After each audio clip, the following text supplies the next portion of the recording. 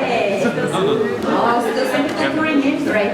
There's still chairs, please feel free to grab them. Hopefully it's Just join the crowd. Awesome. Okay, good evening everyone, and welcome back to the IOA Sliver lecture series called Applied Imaginaries. Tonight we have the pleasure to host Ippolito Pestellini Laparelli, an architect and curator whose work sits at the intersection of technology, politics, design, and environmental practices. As a former partner of OMA, where he spent about 13 years, Ippolito founded the interdisciplinary agency 2050 Plus in the year 2020. His agency is located in Milano, which is also where Ippolito completed his master in architecture. The work of 2050 operates through different fields and different media, bringing together architectural design, curation, research, communication, publishing, and filmmaking. In 2021, Ippolito was curating Open, the Russian Federation Pavilion in Venice at the 17th Architecture Biennale. And in 2022, Synthetic Cultures at the 10th Architecture Biennale in Rotterdam. The agency also develops independent research projects such as the short films Writers, Not Heroes, which were first presented at the 5th Istanbul Design Biennial.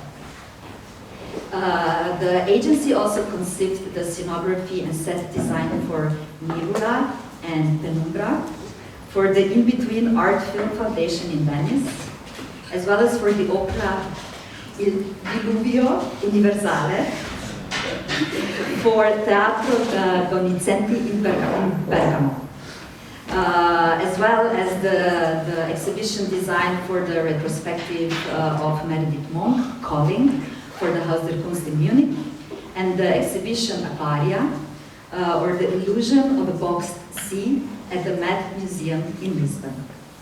So they also complete architectural projects, especially in regard to renovation, and they recently renovated and spatially transformed the Rinascente modernist icon in Rome, which is a shopping mall, and as well as designed the historic concept store for 10 Corso Como in Milan.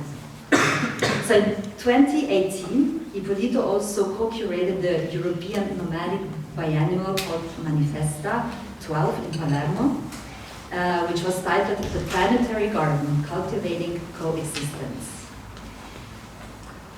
And on top of all of this, Ippolito is also an educator and taught at the Royal College of Art in London, where he directed Data Matter, a research and design studio exploring the entangled relationship between data and the material world.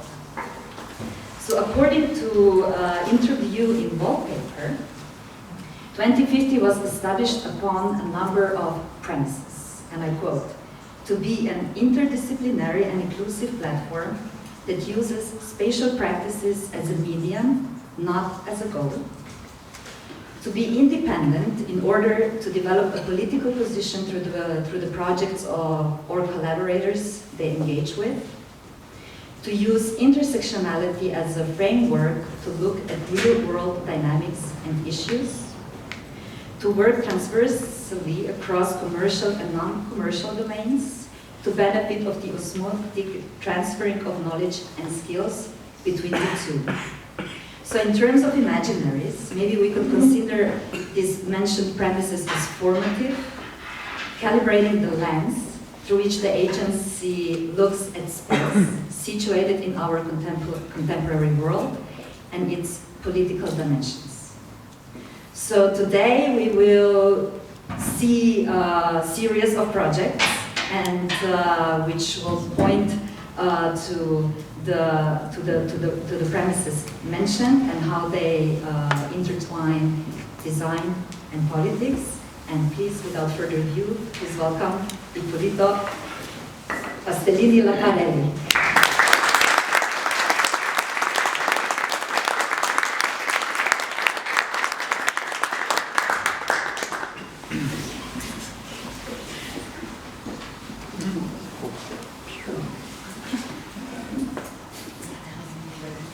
Yeah.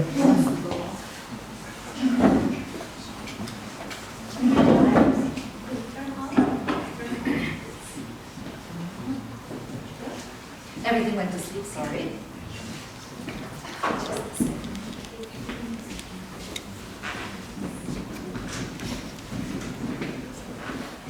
Good evening.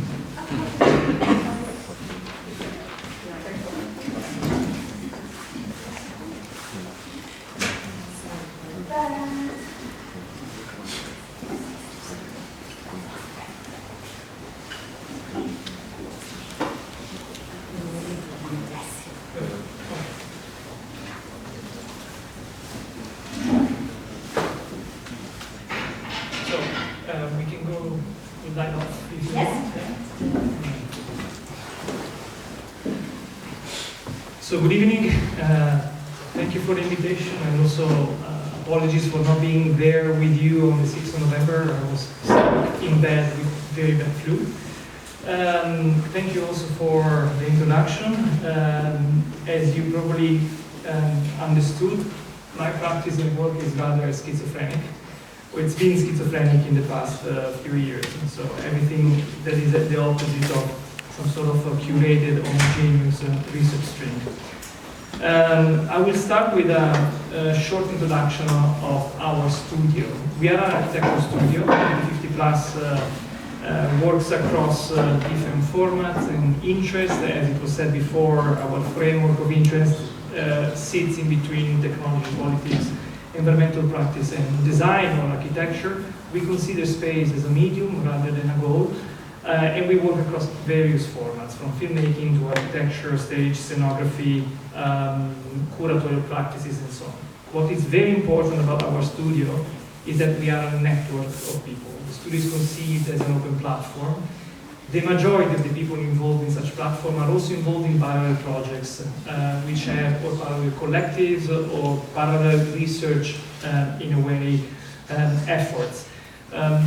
This just to say that I'm presenting here the work of collective practice, or even a platform where other platforms are actually, in a way, participating in the osmotic exchange of contents, materials, interests, and preoccupations.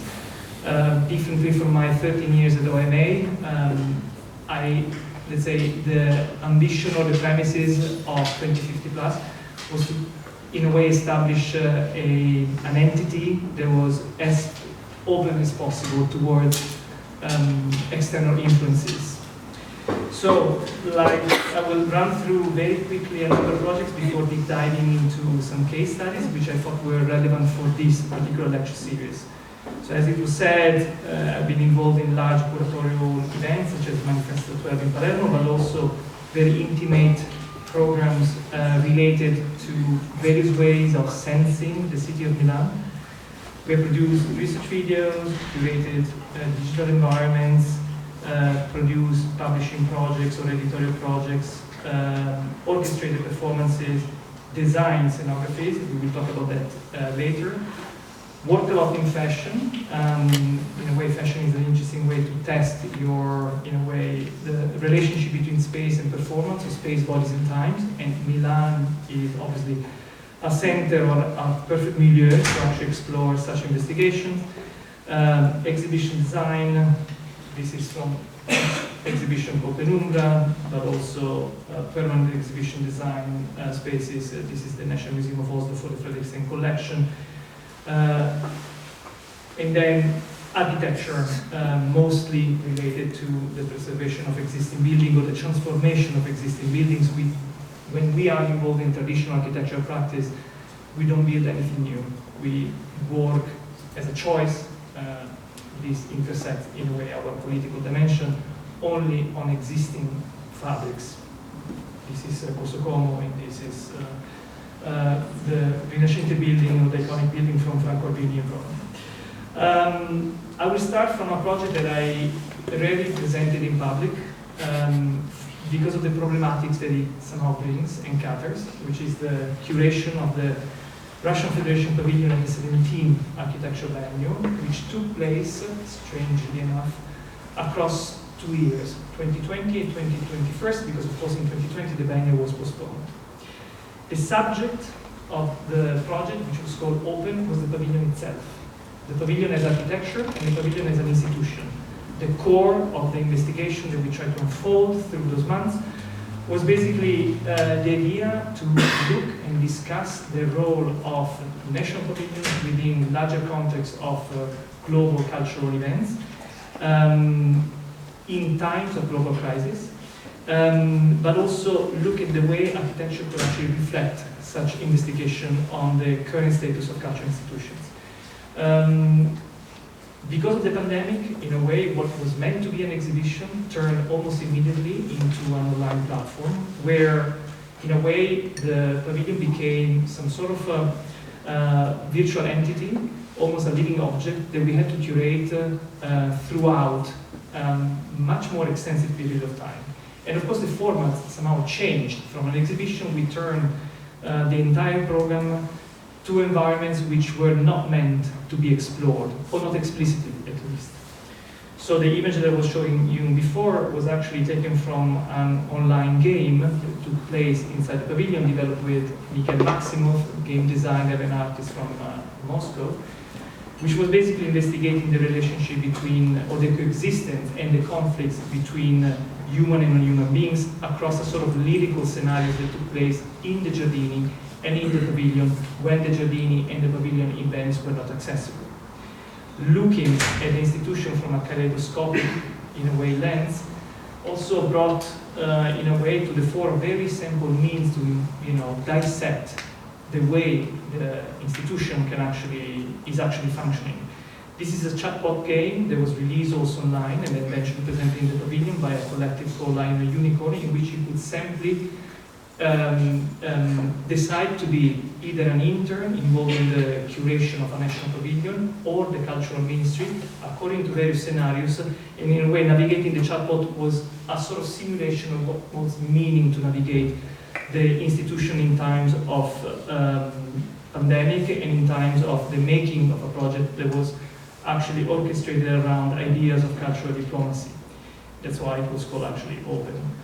Other means or, in a way, formats that emerged in the online platform was a flag.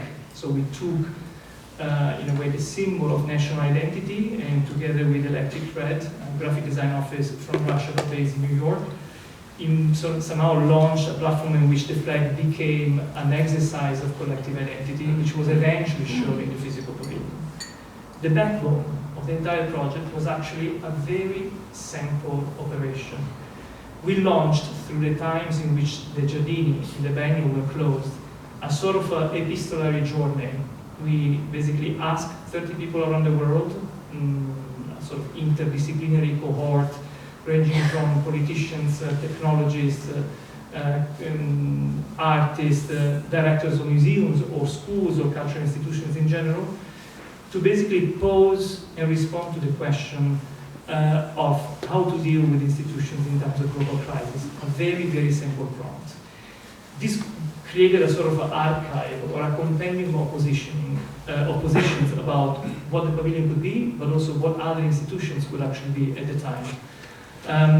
It seems to be a rather, common operation. It's not common in the context of Russia. We were able to actually engage a large group of people, literally from all corners of the world. They were somehow bringing in a book published within the context of an institutional presence, such as a national pavilion, positions which were not necessarily discussed or allowed or openly embraced in the Russian context. In a way, the collection of text, to put in the words of this lecture series, produce a number of imaginaries of possible institutions which were absent or marginalized within the Russian context.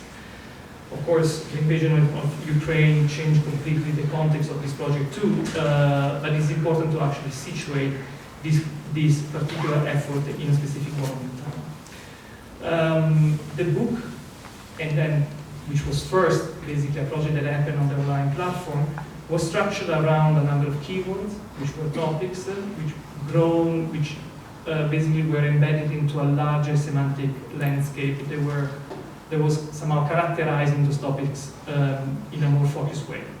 So, for example, the term power, which became one of the subjects of multiple texts, would be connected and associated to questions of place, repair, resilience, or life.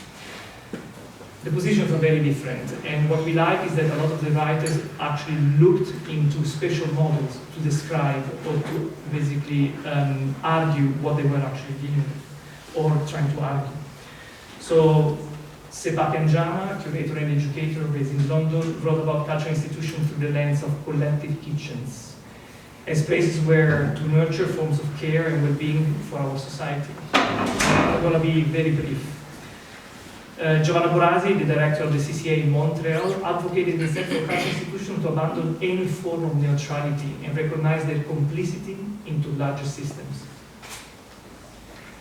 Chus Martinez, very renowned curator from Spain, supported the idea of abandoning programming at all, while discussing the role of cultural institutions as shelters and spaces of refuge that would be able to produce a sense that things are still possible.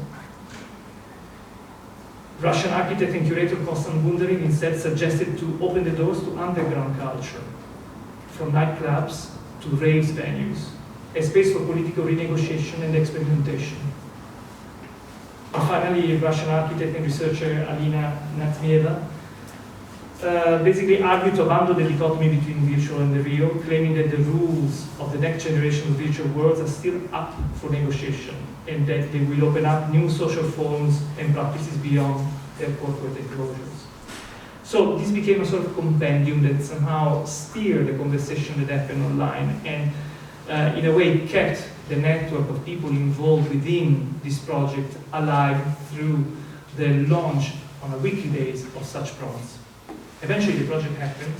It was basically a collaboration between us and a young office that won an open call called Casa, based in Japan, made of Russian architects and Japanese architects.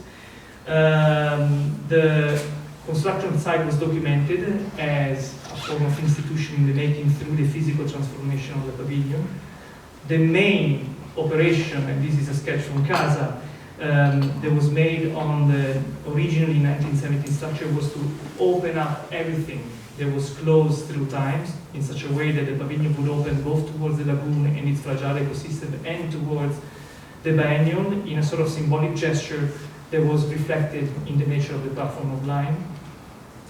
Here are some images from the working site, and here are some images from the, in a way, completed proposal, architectural proposal, where, again, the pavilion was somehow opening up towards larger, its immediate ecosystem, both inside and outside of the biennial, questioning, of course, the enclosure of the biennial as some sort of confined cultural context.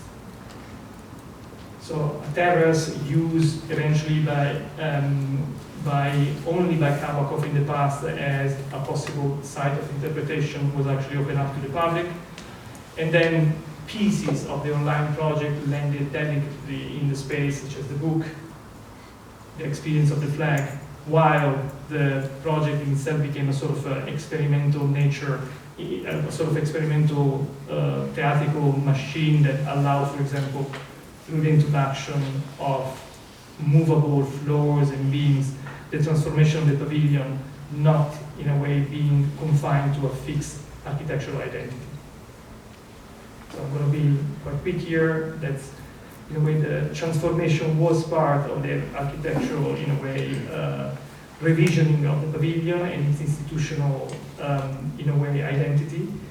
And while part of the project looked like a very, in a way, formal and conventional art gallery, some of the spaces were somehow more hidden, and that's where part of the games release online actually happened to be released also in the pavilion, in this kind of ideal feedback loop between what happened on the digital platform and what actually happened inside the pavilion during the years of the biennial. So the pavilion that was only accessible online became accessible physically, and then accessible again through the digital platform inside the pavilion itself, almost like some sort of constant osmosis between the two. Eventually, when the project, at the end of the architectural biennial, a few months later, Russia invaded Ukraine, the entire axis of the geopolitical spectrum through, of course, the participation of cultural events changed. The pavilion remains closed in the edition after the 17th Architecture Biennial.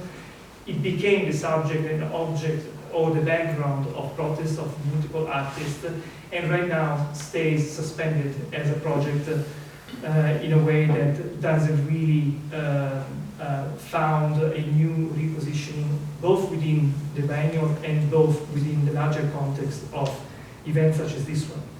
The network of people we work with, and this is an image in a way that somehow symbolizes also that, are spread all over, in a way, Europe and beyond.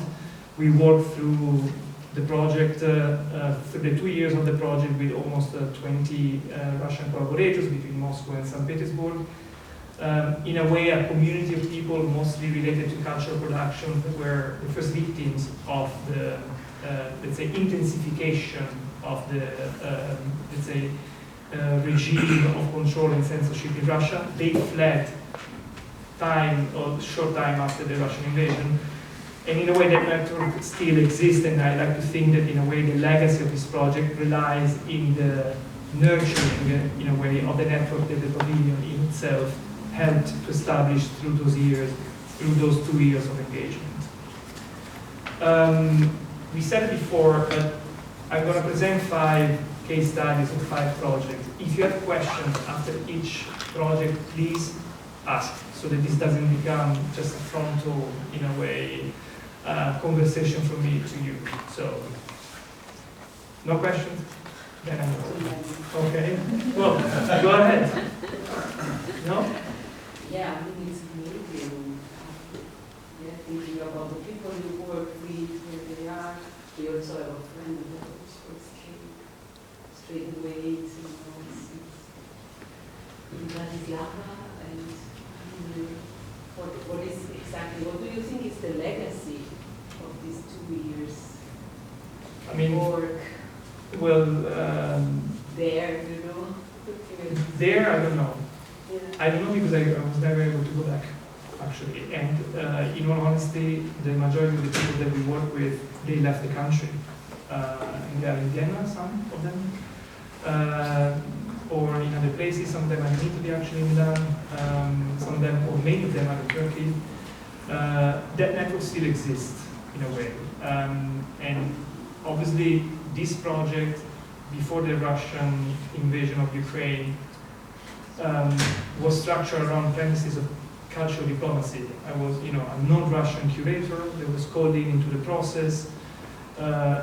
Deliberately, the group of people that worked on the pavilion were both from Russia, but also from many other areas of the world, both from the West, all known Western countries. So there were like multiple political perspectives involved in the construction of this digital platform. And to be completely fair, we had the freedom to actually write what we wanted on the text, publish what we wanted. The book was actually translated in Russia, sold on Russian soil as well. There were very, very strong positions also against the regime, maybe not openly, but definitely engaging with topics that are very sensitive in Russia. But this is what I meant in terms of, how the axis of the geopolitical perspective can change dramatically in just a couple of weeks, in a way, because in just a couple of weeks, everything collapsed. Our friends disappeared, they went abroad, the pavilion was closed, the curator that was meant to curate the art biennial after us resigned. So everything stayed suspended, in a way, and we don't know exactly in which direction it will move. But of course, this project, and I want to be extremely honest, and that's why I actually brought it to the school today, it's, for me, an important reflection to understand how to deal, with regimes of this kind.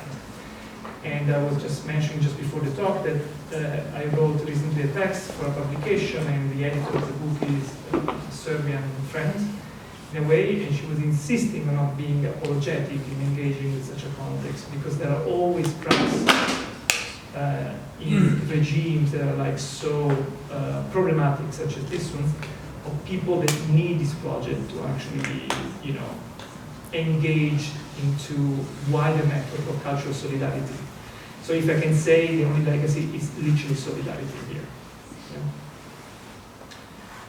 So we jump into another project, also from the month of the lockdown in Italy, Milan, which was brutal. Riders Materials, it was mentioned during my presentation. It's a short film on the conditions of delivery riders in Milan. And let me go back in time, you know, to a moment in which basically society, or at least the society that we were experiencing from our point of view in Milan during the first lockdown, was totally fractured in a way between those who could stay at home and those who couldn't. So those essential workers or people forced by necessity to keep on working. A very powerful article by philosopher Paul Preciado was released in those months as they were investigating basically the emergence of a new kind of subjectivity. The article was published in Art Forum, and describing or trying to describe the people stuck at home, they use a really, really interesting definition. I'm going to read it with you. In order to exist, their organic bodies are hidden behind an indefinite series of semi-technical mediators, an array of cybernetic prostheses that work like digital masks, email addresses, Facebook, Instagram, Zoom, and Skype accounts. They're not physical agents, but rather teleproducers. They are codes, pixels, bank accounts, doors with names, addresses to which Amazon can send its orders. And Preciado uses the romantic image of Hugh Hefner, the legendary founder of Playboy, that was famous to work from his bed. It was his working place, basically, fully connected in a way from his bedroom to his working network in a way. And of course, we know that this was not the condition that many people found in their homes. But again, Preciado continues also talking about the other side of society, the essential workers forced to ride, who are disproportionately low income, disproportionately migrants, disproportionately racialized bodies. Their forced mobility is also a type of incarceration. So next to the Hugh Hefners, in a way, there were like people like this team, a rider from Congo, 54 years old, forced to ride during the pandemic. And we know that, in a way, on the backdrop of such forms of exploitative labor, the pandemic acted as a sort of accelerator of powerful corporate dynamics. So multiple data showed at the time that tech corporations have profited handsomely from the surge of COVID-19. So technocratic powers, in a way, came into the picture abruptly. And, you know, there were like some sort of romantic, almost quasi-romantic perspectives on what was happening. And, you know, people, very famous scholars such as Benjamin Bratton wrote that the perfect chain of automation at the time had emerged as a sort of a new form of public space, a sort of virtual public space or immaterial public space that kept the social fabric intact during time of COVID crisis. But of course, at the end of those chains of automation, there are real people with real needs, with no safety net or proper labor rights. They were like out in the streets working for us, completely asymmetric in a way, orchestration of power and privilege. So it is from these premises, in a way, that our small research film, Riders Materials, stemmed from. It was, again, initiated right in the middle of the pandemic when we were stuck at home. And we wanted to look at riders because riders at the time were really a conundrum of multiple frictions. And they emerged as one of the most visible category of essential workers. Like I said, in Milan, the COVID was brutal, so people would not be able to exit their houses. Police was actually patrolling the streets. So we had a perspective, in a way, that was totally partial because we could only look from our windows into streets. And the only people that you would see were either ambulances or riders bringing food around. So Riders Materials, it's a very short video essay that was questions of riders. in Milan, and I need to underline that because of course that was the only point of perspective or point of view that we had at the time. And it was trying to make a strong case for riders as essential workers lying at the intersection of platform capitalism, of course, gig labor, the refugee crisis. Many of the riders were illegal migrants or are illegal migrants in Italy, COVID-19, and the spaces, of course, of the pandemic. The project was conceived as a desktop movie in a way because we could not, in a way, access directly the roads. We had to rely on two sources. We called into the project a rider and friend, an artist, another precarious worker, you might say. We built on him 4 GoPro cameras, and he basically brought his GoPro cameras through his rides for a week in Milan. So we had literally hours and hours of footage from a very, very special perspective in a time in which the city was completely empty. And on the other side, we were kind of collecting articles, news, videos from any source that we could. So that we built our narrative through, in a way, real GoPro footage, and on the other side, everything that literally the internet would filter out to us. So here's the 2 minutes of the film. Between March and May 2020, the city of Milan was put under strict lockdown due to the outbreak of COVID-19. Food delivery riders working for big tech platforms played a huge role in this context. To record this historical moment, he collaborated with an Italian writer and artist, Luca Borgonovo. Avere una telecamera addosso ti porta a vedere con gli occhi in maniera diversa, perché hai un'attenzione che è proprio su quello che la telecamera sta riprendendo, quindi la realtà si raddoppia. Ci sono degli algoritmi che gestiscono i nostri movimenti nella città, che mettono insieme ristoratore, rider e cliente.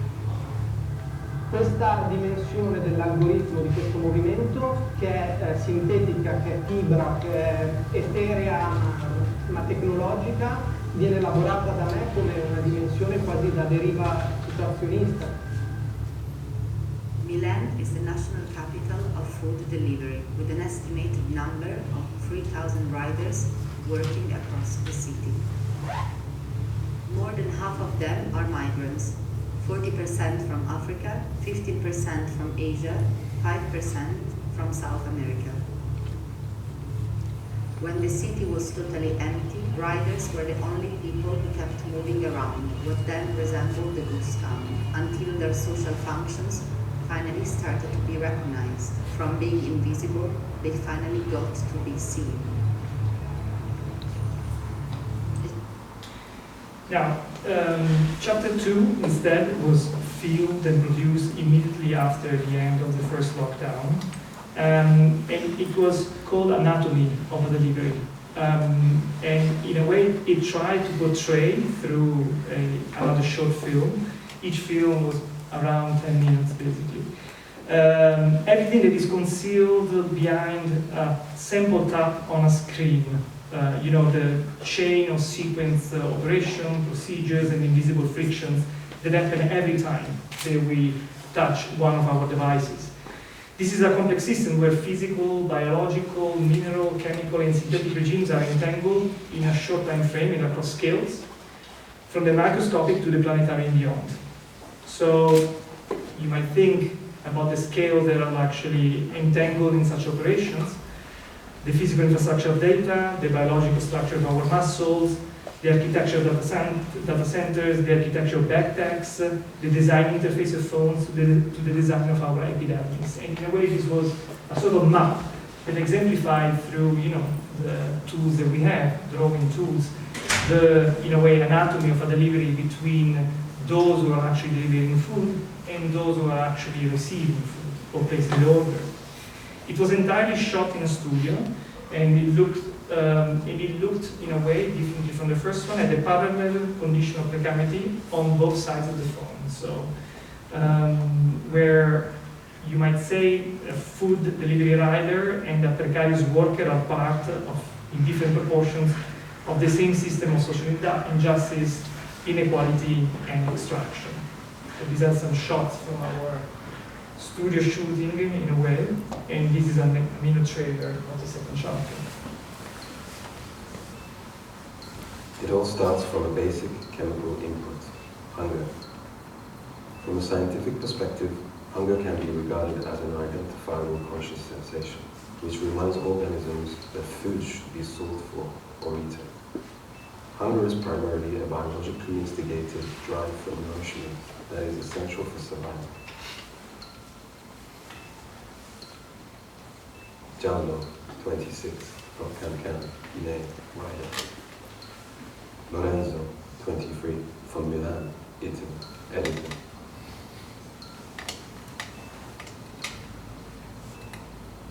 Driven by the psychobiology of hunger, bits of corporeal information are translated into bits of synthetic information. The interaction between the epidermis of a fingertip and the micro-designed surface of a mobile screen unravels an intercontinental journey of packs of data across different corporate, state, and fiscal sovereignties until they reach to our phone. An order has been confirmed. A ride has been accepted.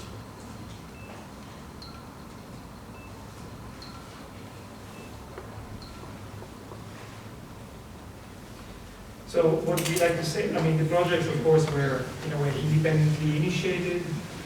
They had some sort of distribution, some biennials, short films, festivals, and so on. But they did participate in the discussion about labor rights in Italy because they were simply rebounds by mainstream media in a way. So we like to think that we were, in a way, part of a larger conversation that was, in a way, initiated from very independent and personal interest into such topics. We remain in the streets of Milan, not necessarily, to discuss another project. It was a very, very quick exercise that we did during one of the design weeks in Milan. It was called Dancing in Transit, and this was a sort of interactive performance, a video installation that investigated the feedback loop between physical and digital environments with a specific focus on the phenomenon of social dance.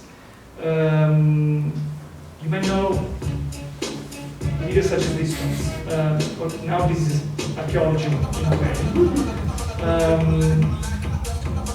The project, well, that's good. Yeah.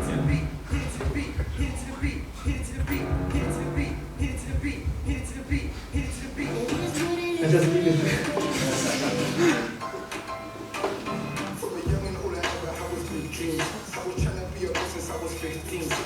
Anyway, the project is started only after, I don't know, we did actually, just watch for hours, this kind of stuff. But anyway, social dance is a very popular phenomenon that happened a few years ago now, where communities of people around the world will actually reenact the dancing modes that you will be able to find and acquire on platforms such as Fortnite. The project reflected on what we called or looked at as an extractive relationship between the emotes or dance animations and the physical choreographies that had inspired them. Very often Fortnite emotes are nurtured by vernacular dance moves, linked to specific geographical context and individuals that remain largely visible or not credited or acknowledged. This, for us, effectively contributes to a sort of insidious process of cultural appropriation and depoliticization of choreography that, at their inception, were first and foremost performances for, the expression of different collective identities. It's a very beautiful text by Wayne Marshall, who is a musicologist, that writes focusing mostly on the black vernacular culture in the US. And he writes that the Fortnite dance phenomenon has enabled the decontextualization, appropriation, and corporate enclosure of cultural capital that is deeply rooted in black vernacular culture. But not only there. This is, for example, the Techno Viking, very, very, very famous video, super popular, from the Berlin Fat Parade in the year 2000. It's a very political dance, this one. The Fat Parade is sort of an anti-pride parade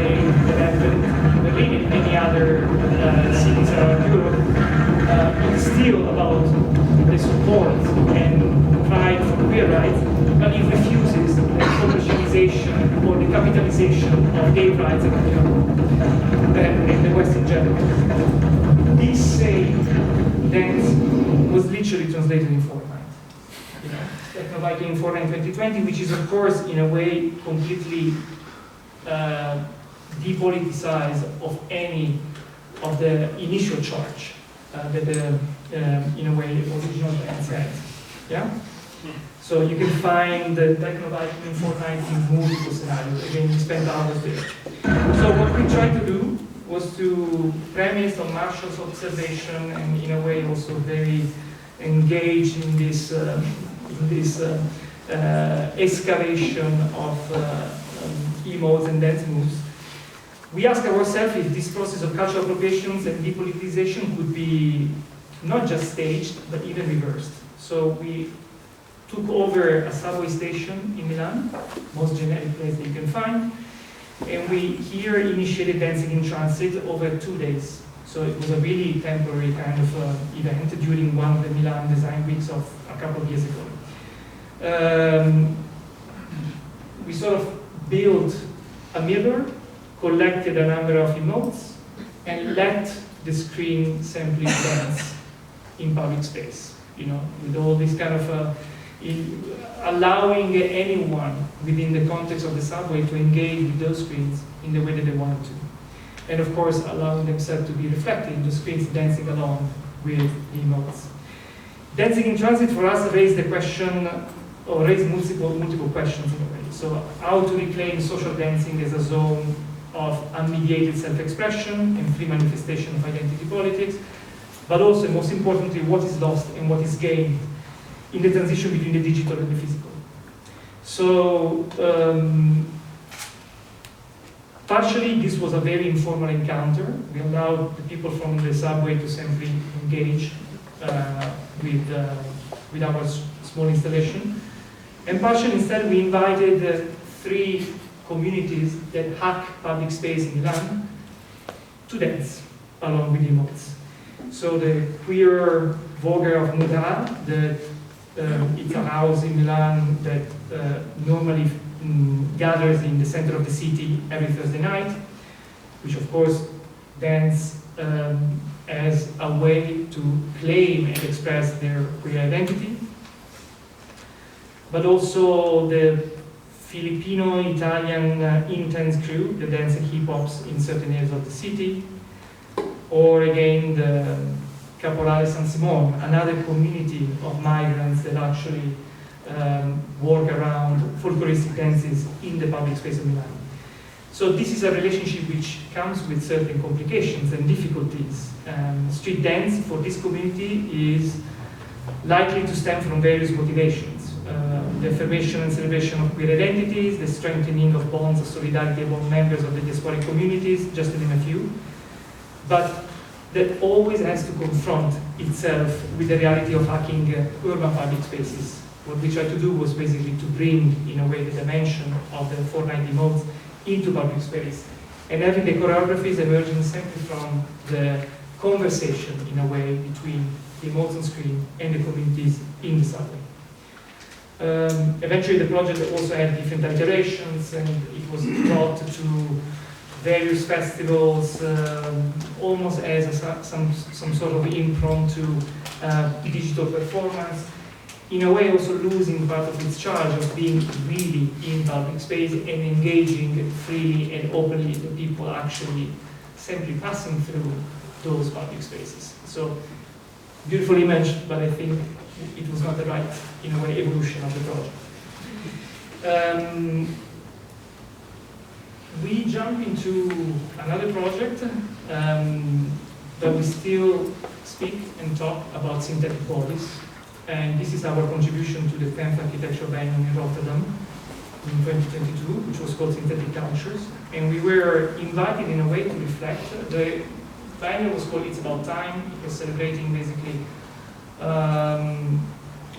it was actually investigating different technologies and practices that would reflect on ways to decelerate progress or accelerate progress to solve various aspects of the climate collapse that we are facing. We were invited with a very open brief to deal with the idea of acceleration, so rather vague if you ask me. And we decided to actually focus on one technology or one biotechnology, which is synthetic meat or cultured meat. It's basically a biotechnology that comes with huge promises and expectations, but whose impact and potential consequences remains completely obscure at this very moment. The idea of synthetic cultures was to look at cultured meat. So, just to give you an hint, cultured meat is meat that is produced in vitro using tissue engineering techniques. So from a multitude, and we decided to look at this biotechnology from multiple perspectives. Political, ethical, spatial, environmental, even historical. As well, and at the same time we try to, in a way, foresee possible future, either positive or negative, by imagining different scenarios for possible futures in which the industry of cultured meat would grow up to scale. Nothing new, actually. This is one of those, in a way, technological or new technologies that have gained a lot of traction, a lot of attention in the past years. Already in 2013, Mike Post, the founder of Mosa Meat, a synthetic meat company based in the Netherlands, had a very famous interview on live TV on the BBC, where synthetic meat was actually, tested and eaten on basically on a live TV. At the time, one hamburger was costing around $300. It was a very expensive, in a way, piece of food. Right now, the price has gone down because the technology is still it's been optimized, and it's around $20, still too expensive to actually enter the market. Obviously, synthetic meat comes with the huge promise of solving, the environmental burden that large-scale cattle feeding comes with. That's why multiple corporations, especially a combination or a mix between big tech from Silicon Valley and the gigantic stakeholders of meat producers around the world, are the first ones who actually invested multiple billions of dollars into this research technology. The point is that it's absolutely uncertain, it's not tested, and it's absolutely not clear whether this, in a way, industry of technology will be able to grow up to scale. Our project was basically structured on two main parts, and this is a glimpse of our installation. A blackboard in the center where we produce evidences or brought evidences in collaboration with, let's say, scientific partners of the status quo of the industry, and a 6 channels video installation that would actually investigate 3 possible futures of the, let's say, the growth up to scale of synthetic meat. So the blackboard had multiple, I'm going to go a little bit quick here, multiple kind of documents from legal frameworks. This is, for example, an excerpt from the law in the Netherlands, the only country in Europe that allows actually to, taste synthetic meat, but only in those facilities that actually produce synthetic meat. It was trying to actually explore, what are the scale and proportions of this technology in comparison to the status quo of large-scale cattle farming. So, for example, this is 5 liters cattle feeding in Colorado, US. It's the biggest single cattle farm in the world, dealing with 1.8 million animals per year, and taking over enormous, of course, amount of space, energy, and producing enormous environmental consequences, which of course would be replaced in the context of synthetic meat production by a laboratory. The way it works basically is that synthetic meat it's based on the extraction of a small amount of tissues from a living animal, any animal. That tissue is basically let grow into what is called a bioreactor in a very rich, let's say, liquid of ingredients, and through time, those cells are actually growing, producing basically fragments and portions of meat or mass of tissues eventually. So in a way, the promise is that the large impact of cattle farming will be replaced by images such as this one, or that a farm turns into a very efficient laboratory. Part of the table was also trying to explore what is the image or idea of a future facility of synthetic meat production that looks basically almost like a beer brewery in a way. The table was also showing fragments and evidences from the production of synthetic meat by an open source company called New Harvest in New York, or in vitro plants that are served within the structural, in a way, production facilities to actually let meat grow on top of them. Part of the table was also looking into the ways in which synthetic meat enters speculative thinking, especially science fiction writing, and this is a book, namely the first book in which synthetic meat was ever talked about. It's called Two Planets by Kurt Lasowitz, and it was published in 1897. And on the side you see a very small version of one of these bioreactors in which organic tissues can actually grow within a liquid, which is very, very rich. So the table was basically, in a way, a sort of a constellation of different items and evidences coming from the industry. Some of them dealing with the special forms of meat production, some of them dealing with laws, some of them dealing with technological evidences. But the six channels video installation instead was a sort of report from the future.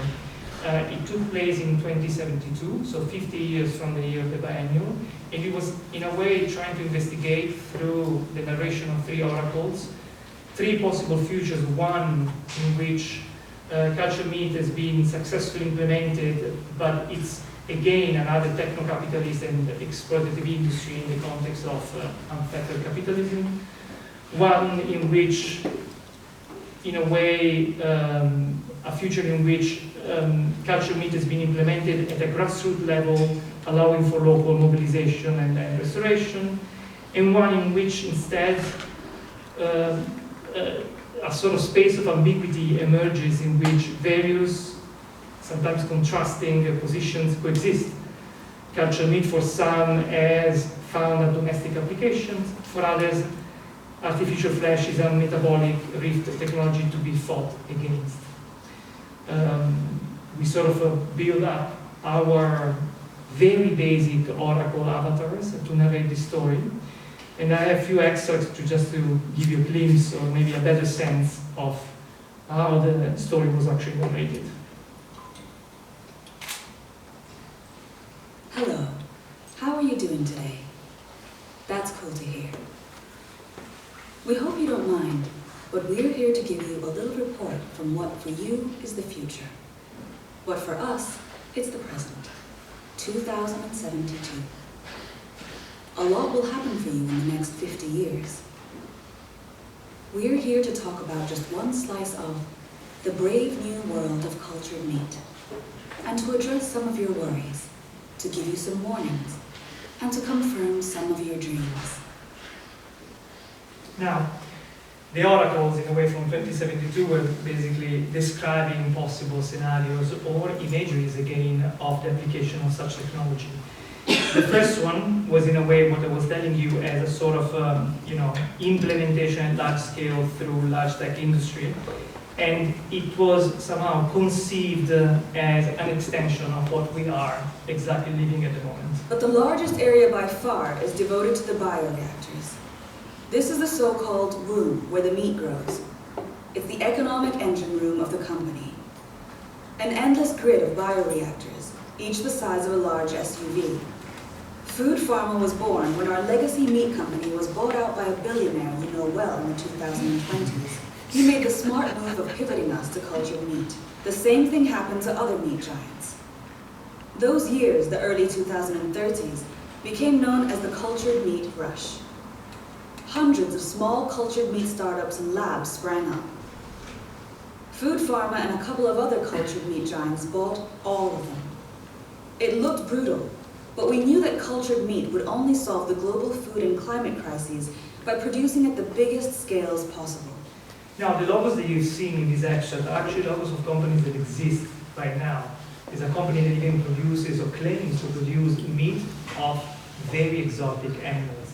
The point is that the technology works on any kind of tissue, even human tissue. So you can find yourself sitting at a dinner in which you can eat yourself or your former lover, eventually.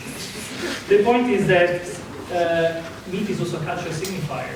It's not just a bunch of proteins, and part of the discussion that really lacks, in a way, from the conversation around this technology is exactly its cultural implication.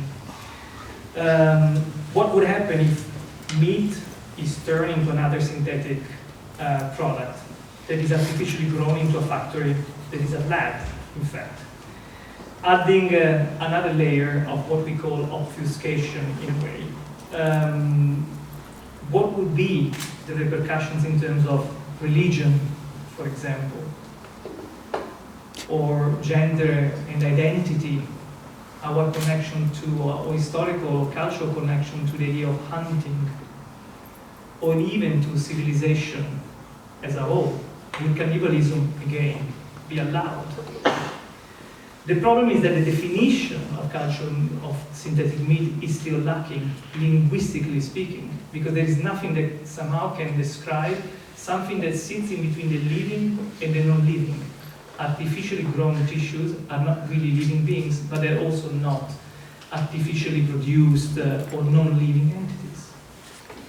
How do you define an edible conglomerate of organic tissue obtained by cultivating cells in a controlled environment? Were the categories of natural, artificial, alive, dead, even applicable to cultured meat in the first place? Could vegetarians allow themselves to eat it? Now, the words that you will listen to these extracts are actually words from interviews that we conducted. So the script was basically a collection of a sort of collage of perspectives from philosophers, theologists, entrepreneurs, scientists, some architects too, some designers too. And in a way, the script in itself turned into this sort of a 20 minutes, 3 future scenarios based channel, 6 channels video, in which the words that the article were actually, telling to the audience were the words of all the collective of people that we involved in this sort of investigation. And once again, it's not necessarily something that could be adopted very easily. I come from a country, for example, that has banned synthetic meat officially. So you cannot even, as a company coming from the Netherlands, you cannot open ground or your facilities in Italy because it's perceived as a sort of brutal attack to the cultural identity of the country, to the definition of what we can call our own territory. This has to do a lot with the political perspective in which such technologies are actually, discussed. So we envision a scenario for this too. Europe refused to get government licenses. I've done field research with many of them. Out of respect to them, I won't say where I did it, but they organize regular gatherings out in the bush. After poaching animals from cattle and poultry sanctuaries, they slaughter the animals right there as a sort of sacrifice marking the beginning of the feast. It's mostly men, but a significant number of women too. The libertarian and evolutionary issues at the heart of this cut through the normal gender stereotypes around meat hunting and consumption. They call themselves the new indigenous peoples, reclaiming ancient rights. The problem about this technology is that the regulation is totally not there. There is not a common position at the European Union, for example. It's still all open up for negotiation. So on one hand, you have the capitalist promise of fixing the world. On the other hand, you have all these cultural complications which are completely not taken into account or factored in. So these were some images of our installation with the video, unfolding through the 6 screens, the blackboard in the center, and the oracle was talking to us from the future. Now, we stay on the ecological, in a way, theme, but change completely perspective, and we come back to Italy. And it was mentioned before that we worked on an opera last year for the Teatro Donizetti in Bergamo. The opera was actually the Universal Flood. So the Diluvio Universale, an opera by Donizetti, very classic bel canto author from Italy, that basically made its debut only in 1830, and it was never staged afterwards because it was considered a very, very difficult opera to play. So we worked with two artists on this project for something that for us was completely unknown as a territory of investigation, trying to use the opera itself as some form of, let's say, subtle activism. The question for us was basically, how do you stage a classic opera in 2023? No? And the challenge was to combine dramaturgical and musical themes in a vision that could be enough contemporary, somehow in all its aspects and dimensions. What we tried to do was to basically look at the Diluvio Universale, the Universal Flood, as a trope to discuss the current climate crisis, of course, geopolitical instability, but basically to give voice to what we call the unearned prophets of today. The Universal Flood is the story of Noahs, and in a way we sort of made some brave parallel between Noahs and scientists or activists or those politicians who are actually shouting to the world that the time is running out. In order to build, in a way, our imagery for the opera through these premises and perspectives, we have somehow to, refer in a way to a system of references that would actually look beyond, of course, the one of the opera theater. So again, the Universal Flood became a powerful metaphor of current conditions, ranging from the collapse of the environment to the collapse of our bodies and consciousness, including the culture and political imaginary of protest. So the movement, in a way, of those who try to resist that has emerged in recent years across younger generations. So the imagery of our opera, our interpretation of the opera, was based on the one of the climate protests and climate activists, in a way. And you know the story, these librettos were extremely clear, the division between bad and good, evil and good was extremely, extremely clear. So on one side you have Noah and its family shouting against the satrapies, who are those who are actually indulging in sin, they don't want to listen to Noah, and so on. For us, in a way, this was a kind of a difficult perspective to embrace, too simple in a way. In a way, it became a sort of representation, or through the libretto, of the impossibility of defining our own position towards the crisis. The idea, in other words, that we are all complicit. It's difficult to say that we are on the good side or on the bad side in a way. So the entire opera was structured around this ambiguity, to defining, or let's say, defies the difference between those who are claiming salvation through living, on the ark, and those who are actually stuck under the flood. So the stage, and this is a digital sketch, was occupied by two elements. One is this performative machine, which acted simultaneously as a dinner table and as an ark. It created a sort of aseptic technological space, an element that was trying to denounce the contradiction between the exclusivity of the diners, the satrapies, their alleged freedom, and the same time, but also at the same time, their confinement in a protected, falsely sterile world, a sort of technological cage that cannot protect them from the end of the world. So the idea was to basically use the machine and revealing its double identity through the climax of the opera, which is a 3 hours long journey, so very slowly. Yeah? These are some elements of the build machine. It's a very simple, in a way, movable device. The second main, in a way, element on stage was a huge digital backdrop. There was basically a huge LED screen that was showing images assembled by the artists we work with, called Masvedo, a filmmakers duo. Materials on the screen, the audience could also see videos, archives from videos of actions of the Marine Conservation Organization Sea Shepherd, which was called to participate in the making or the restaging of this opera. And we also had some contribution within the orchestration of this 3 hours journey. So images were very different. They would unfold through the opera, ranging from images or footage of the animal kingdom blown up at incredible scale, observing the self-destruction of humanity, but also screens of opulent, images of opulent still lifes. They would expand the space of the banquet onto the screen and reflecting on the historical, let's say, extraction or historical control or extractive nature by humans of, the animal kingdom. This was a video shot in this reconstructed scenography. Very difficult exercise. We had to take a Flemish painting and literally, sort of reconstructed through real animals and hunted animals. Difficult exercise for people who are mostly vegetarian in our office.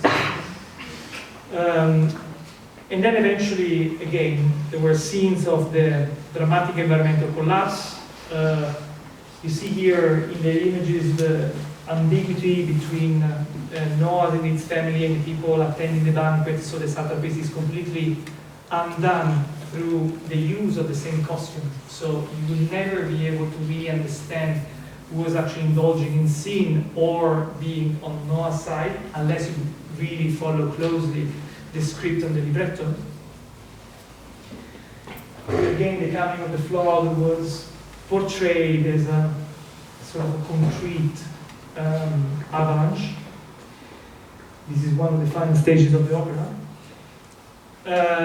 But what was important for us is that because we took the opera to actually discuss other topics, something happened before the beginning of the representation through some sort of, we call it silent protest. We involved a movement of activists, of young people in the city, the local branch of Fridays for Future.